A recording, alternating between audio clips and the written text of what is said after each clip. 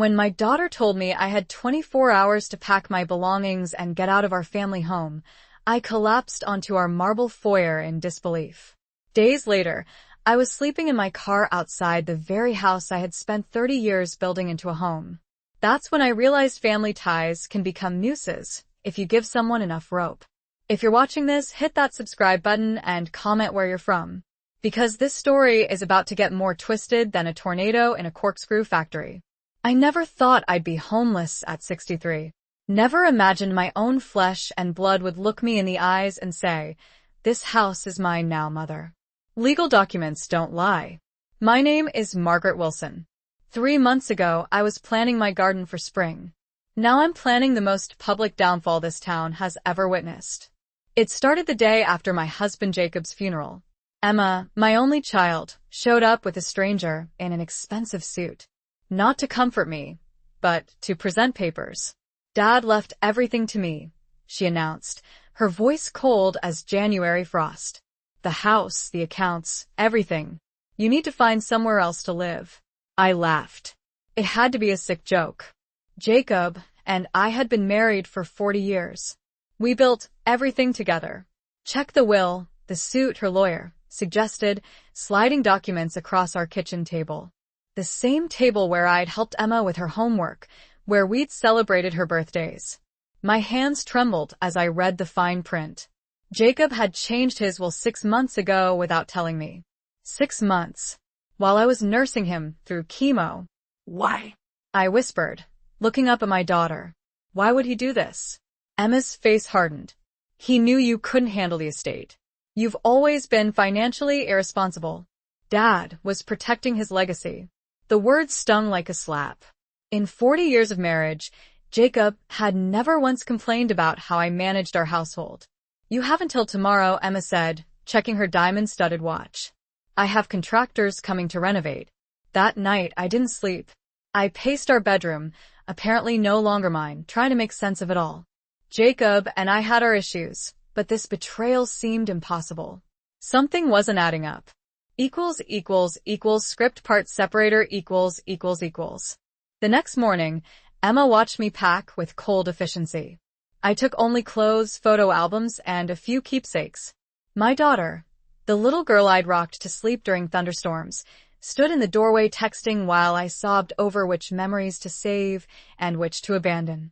"You're being dramatic, Mother," she said without looking up from her phone. "I'll give you a generous allowance. Just not enough for you to waste it like you always do." I wanted to scream that I'd never wasted anything in my life. That I'd been the one balancing checkbooks while Jacob built his business. Instead, I asked the question burning inside me. "What happened to you, Emma? When did money become more important than family?" She finally looked at me, her blue eyes, Jacob's eyes, flickering with something like guilt before hardening again. "This isn't personal. It's business. Dad built an empire, and someone competent needs to run it." I left with 3 suitcases and nowhere to go. The first night in my car, parked behind the supermarket where security wouldn't hassle me, reality crashed down. I was homeless, penniless, abandoned. My social security wouldn't kick in for 2 more years, and my name wasn't on anything Jacob owned. I trusted him completely, foolishly. But as dawn broke over my Honda's dashboard, something else awakened inside me. Rage. Pure, clarifying rage.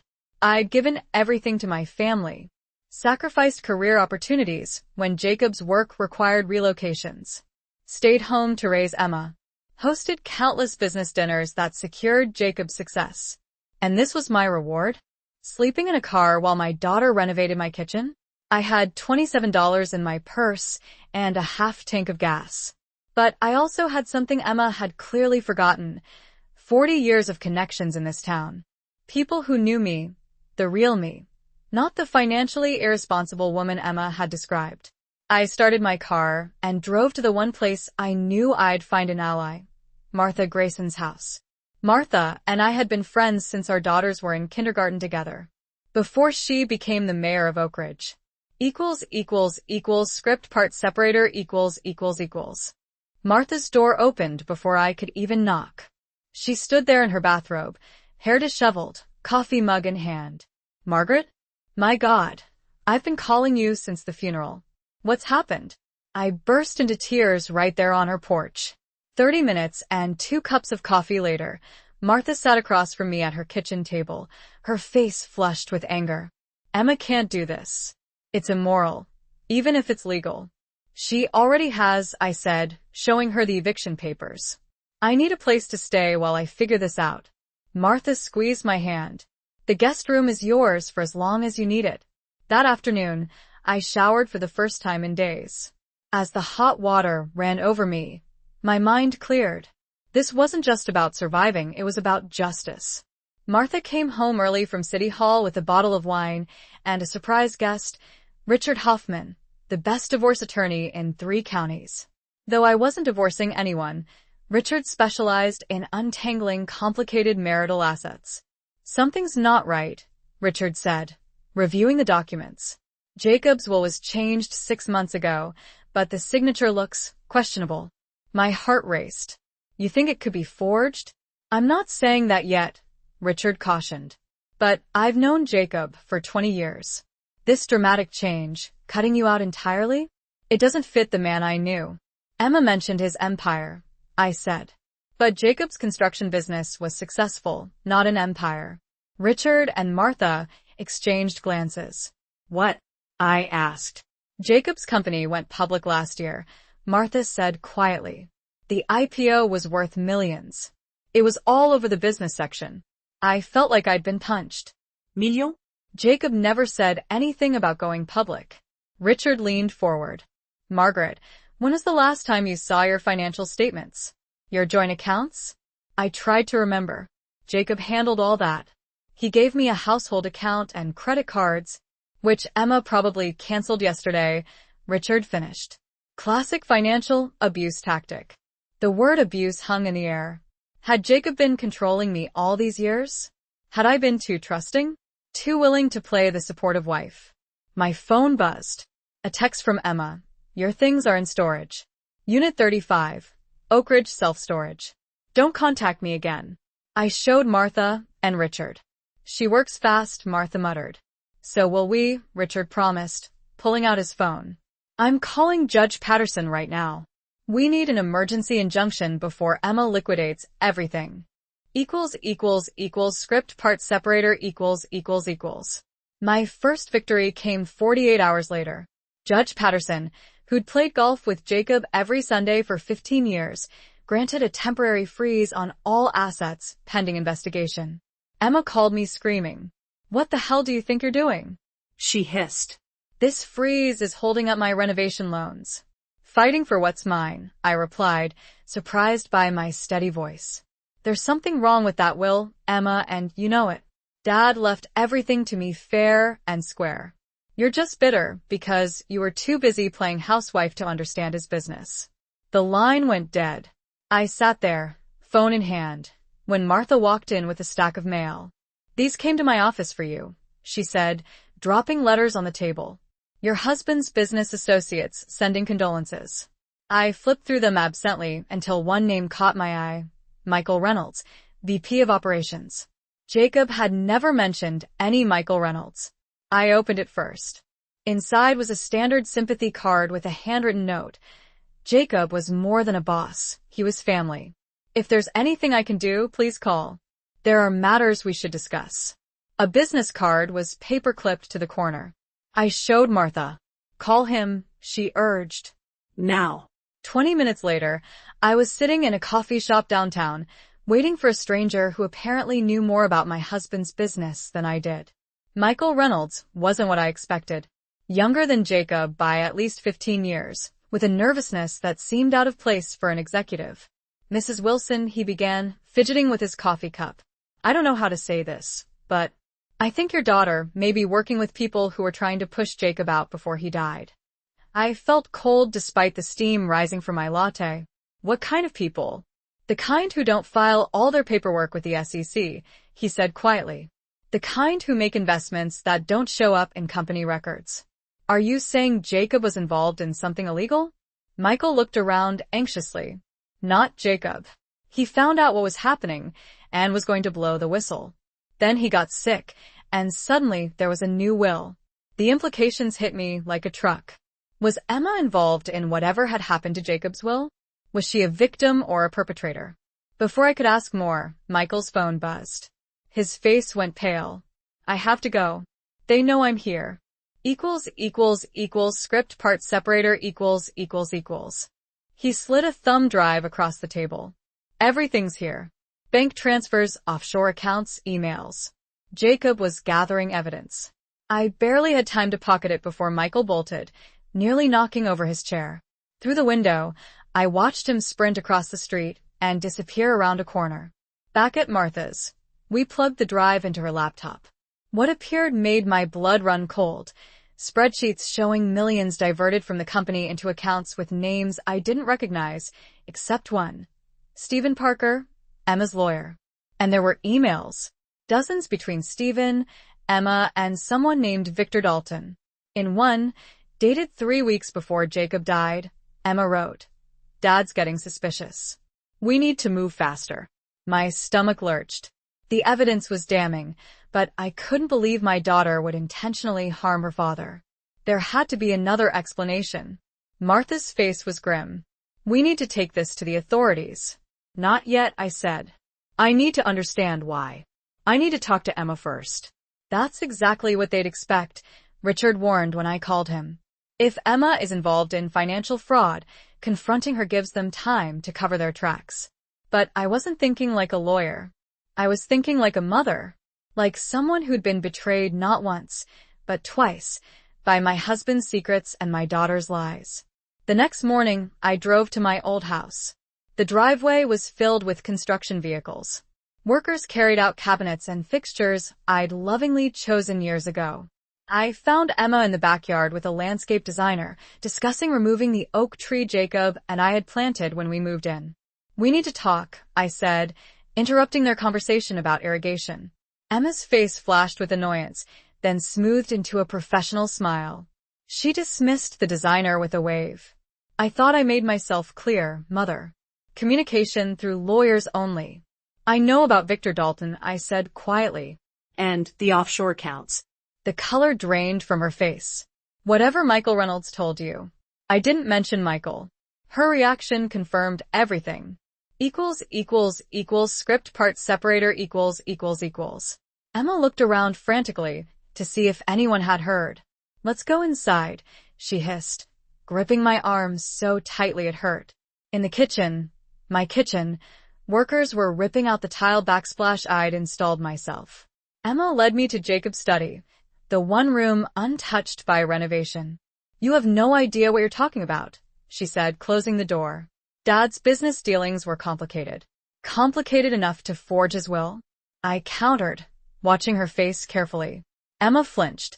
"That's a serious accusation." "I have the forensic handwriting analysis," I lied. "The signature isn't Jacob's." For a moment, my daughter looked like the little girl who'd come to me after breaking a vase. Scared, guilty, caught. Then her expression hardened. "Victor said, you might try something like this. He warned me you'd do anything to get your hands on the money." "Who is Victor to you, Emma?" I asked, my heart breaking at the stranger before me. "My fiancé," she replied defiantly. "The only person who sees my potential." Dad approved of him completely. This was news. Jacob had never mentioned Emma being engaged. "Your father was dying, Emma. He wasn't in his right mind those last months." "Wrong," she snapped. He was finally seeing clearly. He knew you couldn't handle the business. You'd run it into the ground with your charity donations and community projects. The pieces suddenly clicked. "Is that what Victor told you? That I'd donate your inheritance away?" Emma's silence was answer enough. "Sweetheart," I said gently, "your father built his business on those community relationships. The donations were his idea." "Liar," Emma shouted, mask fully dropped now. "Dad told me everything about how you wasted money. Victor showed me the accounts." Script part separator equals. I realized then that Victor had been poisoning Emma against me for months, maybe years. Using Jacob's illness to manipulate both of them. "You've never seen the actual accounts, have you?" I asked, watching recognition flicker in her eyes. "Victor handles the financial details," she admitted, suddenly less certain. I moved toward her, mother to daughter, not adversary to adversary. Emma, I don't think Victor is who you think he is. There are millions missing from the company. Millions that disappeared while your father was sick. She backed away. No. Victor's investing it. Growing the business. He explained everything. The door to the study burst open. A tall man with slicked-back hair and an expensive suit stood there, eyes narrow with suspicion. "Everything okay in here, babe?" he asked Emma, though his gaze never left me. So this was Victor Dalton. Handsome in that manufactured way, too perfect, too polished. Like a mannequin come to life. "You must be Margaret," he said with practiced charm. "Emma's told me so much about you. I'm sorry about this situation." "The situation where you helped my daughter throw me out of my home?" I replied evenly. "Or the situation where you're embezzling from my husband's company?" His smile didn't waver, but something dangerous flashed in his eyes.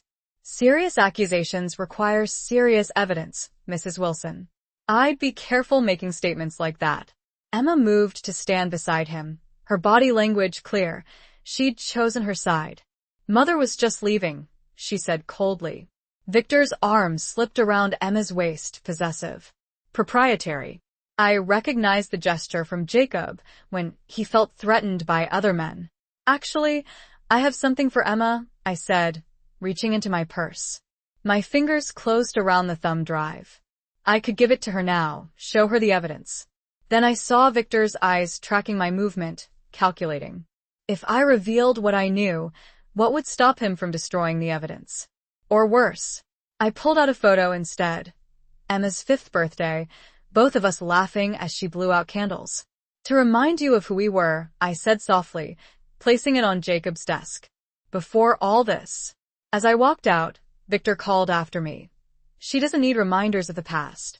Emma's future is with me now. Script part separator equals. I didn't look back, but I felt Emma's eyes on me as I left. In the driveway, I texted Martha. "Need to talk now. Victor Dalton is here." By the time I reached Martha's house, Richard was already there with another man, Detective James Lowell from the Financial Crimes Unit. "Is this the thumb drive?" Detective Lowell asked, eyeing the small device I placed on the table. I nodded. "Everything's there. Banking records, emails, evidence of money being siphoned out of Jacob's company." The detective plugged it into his laptop and whistled low as he scrolled through files. "This is definitely enough for a warrant," he said after several minutes. "Victor Dalton has quite a history. 3 companies bankrupted in 5 years, all after mysterious fund transfers." My heart sank for Emma. She'd been completely taken in. "But there's something else you should see," Detective Lowell said, opening another folder. "Emails between your husband and his doctor." I leaned forward, confusion clouding my thoughts. Why would Jacob's medical correspondence be on a business drive? The detective turned the screen toward me. The subject line read, "Toxicology results. Confidential." I scanned the email, my hands beginning to shake. Traces of arsenic. Small doses. Consistent with long-term poisoning. The room tilted. Martha steadied me as the detective continued. "Your husband suspected someone was poisoning him. That's why he was gathering evidence. But why change the will?" I whispered. "Why cut me out?" Richard leaned forward. "He was protecting you, Margaret. If whoever was poisoning him thought you'd inherit everything. They might come after me next," I finished, cold realization dawning. "And now they're after your daughter," Martha said quietly. I stood up, so quickly my chair toppled backward. "We have to get Emma away from him. Now." Script part separator equals. Detective Lowell held up his hand. "We need to do this by the book. If we spook Dalton, he could run, or worse." "But my daughter is with him right now," I protested. Martha put her arm around me. "What if we get Emma away from him without tipping him off?" Within an hour, we had a plan. Martha would call Emma with an emergency regarding city permits for the renovation. Something that required immediate attention at City Hall. The call went to voicemail twice. On the 3rd try, Emma answered, irritation clear in her voice. "What is it, Mayor Grayson?" "I'm in the middle of something." Martha switched to her official tone.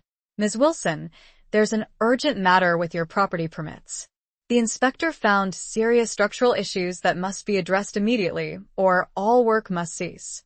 Can't this wait until tomorrow? Emma asked. I'm afraid not. The crew will be ordered to stop work in 1 hour unless you come sign these variance forms. I heard Victor's voice in the background, though I couldn't make out his words. Fine, Emma finally said. I'll be there in 20 minutes. The moment she hung up, Detective Lowell dispatched officers to position themselves around City Hall. Others would monitor my former home, waiting for the warrant to search the premises. I paced Martha's office, checking my watch every 30 seconds. What if Emma didn't come? What if Victor came with her? When the door finally opened, Emma walked in alone, clutching her designer handbag like a shield. Where are these forms? She demanded, then froze when she saw me. Behind her, Detective Lowell quietly closed the door. What is this? Emma asked, panic rising in her voice. Am I being arrested? No, sweetheart, I said gently. We're trying to save your life. Script part separator equals. Emma's face contorted with disbelief. Save my life? From what? My successful fiancé? The only person who's actually supported my ambitions? I gestured for her to sit down. Victor isn't who you think he is, I said, nodding to Detective Lowell. The detective laid out printouts from the thumb drive. Bank statements. Shell companies. And finally, the medical reports. Your father was being poisoned, Emma, he said plainly. Slowly. Over months. Emma's hands trembled as she picked up the toxicology report. No. That's impossible. Dad had cancer. He had cancer, I agreed. But his decline accelerated dramatically after Victor entered the picture. Emma shook her head violently. Victor loved Dad. He's expanding Dad's legacy. By stealing millions? Martha asked gently, sliding the financial documents toward her. Emma's face paled as she scanned the numbers. These must be mistakes. Victor explained everything. The money is in investments. Detective Lowell pointed to a line item. Is that why $2? $3 million was transferred to an account in the Cayman Islands yesterday? The day after you gained control of the estate? Emma's phone buzzed. Victor's face flashed on the screen. Her hand moved toward it automatically. Don't answer, I warned. He can't know you're here. The phone kept ringing. Emma stared at it, transfixed. He'll be suspicious if I don't pick up. Emma, I said, reaching for her hand. Victor has done this before. 3 other companies. 3 other families. The detective nodded. And 3 other dead executives. The color drained from Emma's face. The phone stopped ringing, then immediately started again. He's trying to rush the transfers, Detective Lowell explained. The freeze on the accounts has him panicking.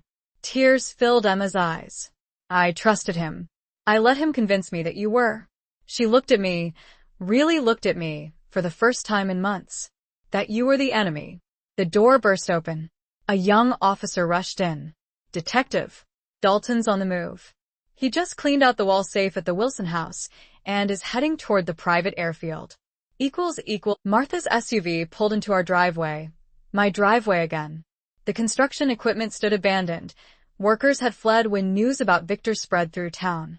Half-demolished cabinets and torn flooring created a battlefield of our once beautiful home. Emma surveyed the destruction with horror. I let him convince me to get everything you loved, she whispered. He said it would help me cut ties with the past. I should have known then. We'll rebuild, I said, stepping over a pile of broken tiles. Together. Later that night, I found Emma in Jacob's study, sorting through his papers. When she saw me, she held up a leather-bound journal. Dad's private diary, she explained, tears streaming down her face. Look at this entry from last year. I read Jacob's familiar handwriting. Margaret amazes me daily. While I chase profits, she builds the relationships that make those profits possible. Emma's so focused on the bottom line, just like me at her age. I pray she learns what took me decades to understand, that her mother's approach to business and life is the true path to success. Emma closed the book gently. I was so wrong about everything. We both were, I admitted. I trusted blindly. You rebelled blindly. Your father kept too many secrets. The next morning, Detective Lowell called with news. They'd recovered most of the stolen funds. Victor had accounts in 7 countries, but the paper trail from Michael Reynolds' evidence was damning. What happens now? Emma asked as we shared coffee on the patio. Justice for your father, I said. And a chance for us to start over. Over the next 3 months, Victor's trial became the sensation of Oak Ridge. Reporters camped outside our home, desperate for statements. Emma insisted we face it together. The courthouse was packed the day of Victor's sentencing. I wore Jacob's favorite blue dress. Emma clutched his wedding ring on a chain around her neck. When the judge announced 30 years without parole, a collective gasp rippled through the gallery. Victor turned to glare at us before being led away. This isn't over, he mouthed. Yes, it is, Emma replied loud enough for everyone to hear. Outside on the courthouse steps, reporters thrust microphones at us. Emma stepped forward, squeezing my hand. My father built a legacy of integrity that one man tried to destroy, she said clearly. But he didn't account for one thing. He underestimated my mother. The renovation of our home became a symbol of our healing. We preserved Jacob's study exactly as it was, but the kitchen we designed together. Emma's business sense balancing my warmth. On the anniversary of Jacob's death, we hosted a memorial that doubled as the announcement of the Jacob Wilson Foundation, dedicated to helping victims of financial fraud. As guests filled our backyard, I found Emma by the oak tree we'd saved from Victor's landscaping plans. Dad would be proud of us, she said, watching Martha introduce the foundation to applause. Of you, I corrected. Your father always saw your potential. Emma smiled, linking her arm through mine. I saw a quote in Dad's journal I'll never forget. Margaret taught me that true wealth isn't what you accumulate, but what you build together. As we joined our guests, I felt Jacob's presence in the legacy we'd reclaimed, not just his money or his business, but the family bonds that no betrayal could permanently break.